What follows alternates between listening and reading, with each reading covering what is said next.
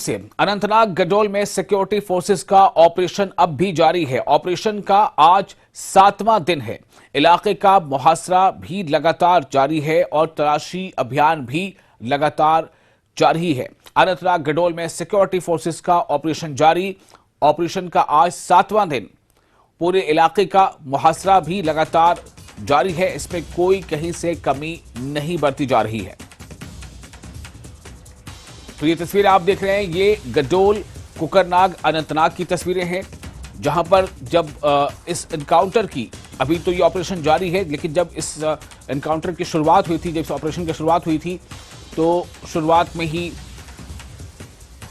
हमें 3 कीमती जानों का जो है वो नुकसान बर्दाश्त करना पड़ा था। फौज के 2 आला अफसर और जम्मू कश्मीर पुलिस के एक डीएसपी ने अपनी अजीम कुर्बानी पेश की थी। और अब ये आपको बता दें कि लगातार तब से ये मुहिम जारी है, ये ऑपरेशन जारी है और इसका आज 7वां दिन है। हमारे साथ इस वक्त मौजूद हैं हमारे संवाददाता व रिपोर्टर मुदस्सिर, इस वक्त क्या अपडेट है?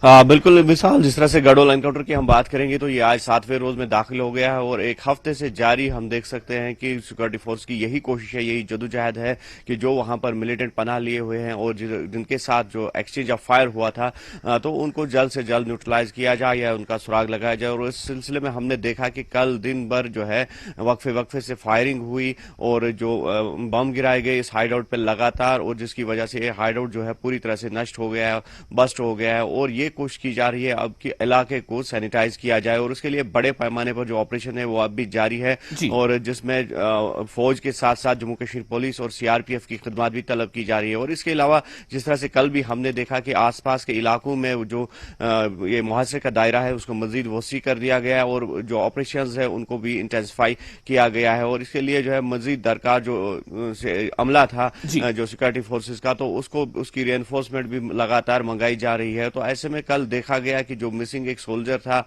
उसकी बॉडी जो है वो भी रिट्रीव कर दी गई। और इस तरह से जो ये कह सकते हैं कि जो सोर्सेज के हवाले से, हालांकि पुलिस या फिर आर्मी की तरफ से लगातार 3 दिनों से कोई भी स्टेटमेंट इस एनकाउंटर पे नहीं आ रहा है, तो ऐसे में एक और जो बॉडी जो सूत्रों का हवाला देकर हम कह सकते हैं कि एक और बॉडी जो है वो कल रिट्रीव कर दी गई है। और बताया जा रहा है कि वो जो मिसिंग सोल्जर था जो पहले ही इब्तिदाई गन बैटल में मिस हुआ था वो, और जिसके बड़े पैमाने पर फिर तलाशी जारी थी, तो उसको भी रिट्रीव कर दिया गया है। तो कुल मिलाकर देखा जा रहा है कि ये ऑपरेशन जो है आज एक अहम मोड़ में दाखिल हो गया है और इस तरह से सिक्योरिटी फोर्सेस की यही आज भी कोशिश रहेगी कि ऑपरेशन को कंक्लूड किया जाए। और ये भी कहा जा सकता है कि ऑपरेशन के कंक्लूजन के बाद जो कॉम्बिंग ऑपरेशंस है वो जारी रहेंगे इस इलाके में, जब तक कि जो वहां पर मिलिटेंट थे, जो इनपुट था, उनको न्यूट्रलाइज नहीं किया जाए या उनका सुराग नहीं लगाया जाए। और ऐसे में जिस तरह से हमने पहले भी कहा कि आसपास के इलाकों की घेराबंदी जो है वो मजीद सख्त कर दी गई है और जो एंट्री और एग्जिट पॉइंट्स है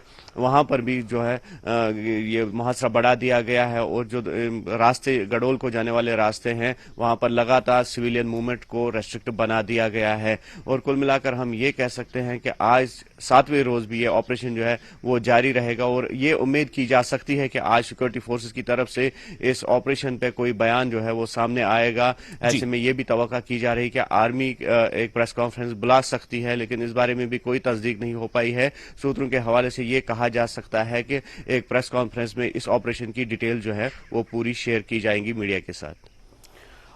मुदस्सिर, बहुत शुक्रिया आपका तमाम जानकारी के लिए। मुदस्सिर, हमारे रिपोर्टर ने जो तफसील बताई है उसके मुताबिक जो 7वें रोज में यह दाखिल हो चुका है ये ऑपरेशन, और लगातार घेरा ही सिर्फ तंग नहीं किया जा रहा बल्कि जो हाइड आउट है उसे पूरी तरह से तबाह बर्बाद कर दिया गया है।